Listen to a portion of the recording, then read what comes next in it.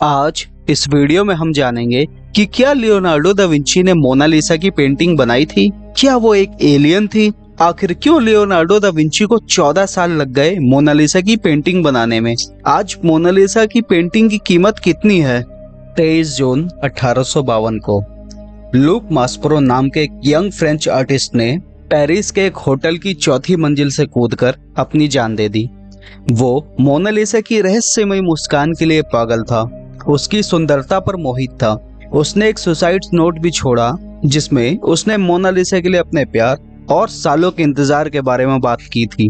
Mona Lisa के बारे में जो रहस्यमयी बात है और जो बात आर्टिस्ट और हिस्टोरियन को सबसे ज्यादा सोचने पर मजबूर करती है, वो है मोनालिसा की रहस्यमयी मुस्कान, जो अलग अलग एंगल से देखने पर अलग अलग दिखती है, मतलब बदलती रहती है।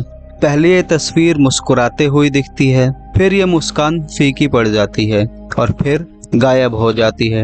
एक रिसर्च से ये भी पता चला है कि जिस औरत को दा विंची ने इस पेंटिंग में बनाया है, वो अपने अंदर कुछ राज छिपाए हुए है, इसीलिए मोनालिसा की मुस्कान इतनी रहस्यमयी है। कुछ सालों पहले एक डॉक्टर ने ये कहकर सबको हैरानी में डाल दिया कि मोनालिसा की मिस्टीरियस स्माइल का राज उसके ऊपर के 2 दांतों का टूटा होना है और यही वजह है कि उसका ऊपरी होंठ थोड़ा दबा हुआ है।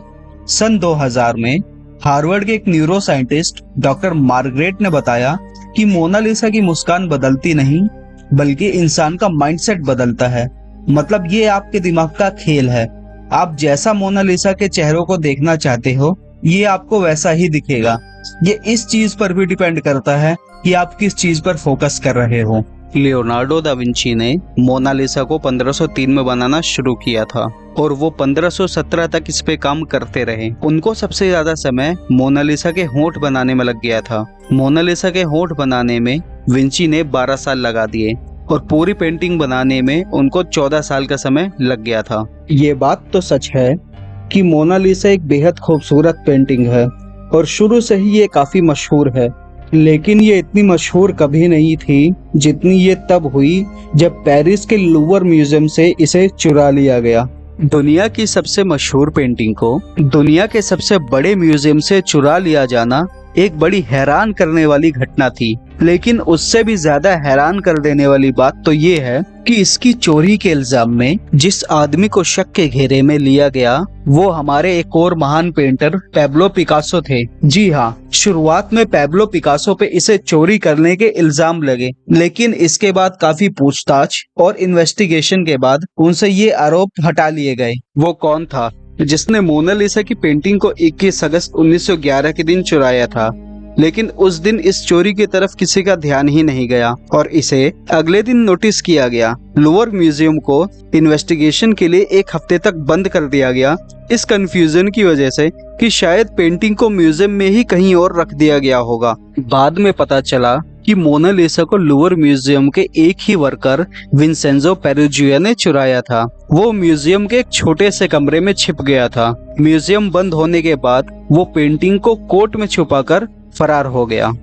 विंसेंजो इटली का एक देशभक्त नागरिक था। उसका ये विश्वास था कि दा विंची की ये पेंटिंग उनके देश में वापस आनी चाहिए और इसे इटली के म्यूजियम में दिखाना चाहिए। 2 साल बाद विंसेंजो को तब पकड़ लिया गया जब वो मोनालिसा को लेकर इटली के फ्लोरेंस शहर के एक आर्ट म्यूजियम के डायरेक्टर को बेचने जा रहा था। 2 हफ्तों तक मोनालिसा को इटली के उसी म्यूजियम में रखा गया। 4 जनवरी 1914 को उसे पेरिस के म्यूजियम में वापस ले आया गया।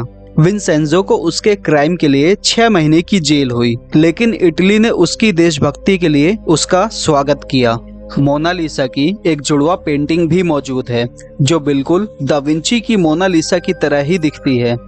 कहा जाता है कि दूसरी पेंटिंग को दा विंची के टाइम में ही उनके स्टूडेंट फ्रांसिस्की मेल्जी ने बनाया था। ये दूसरी पेंटिंग स्पेन की राजधानी मैड्रिड के पराडो म्यूजियम में रखी है। आज तक ये बात एक रहस्य है कि मोनालिसा कौन थी, मतलब दा विंची ने किसकी तस्वीर बनाई थी?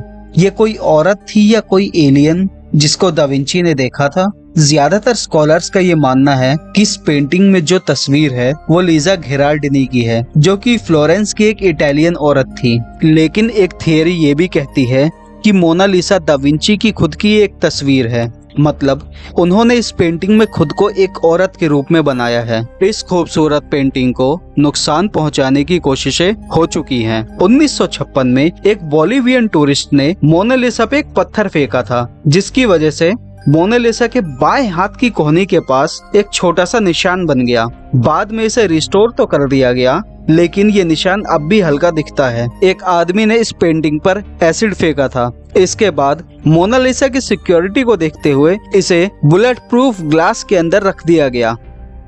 लेकिन इसके बाद एक लेडी ने मोनालिसा पर रेड पेंट से स्प्रे करने की कोशिश की थी और 2009 में एक रशियन लेडी ने सेरेमिक मग फेंका था, पर दोनों ही केस में ये सेफ रही।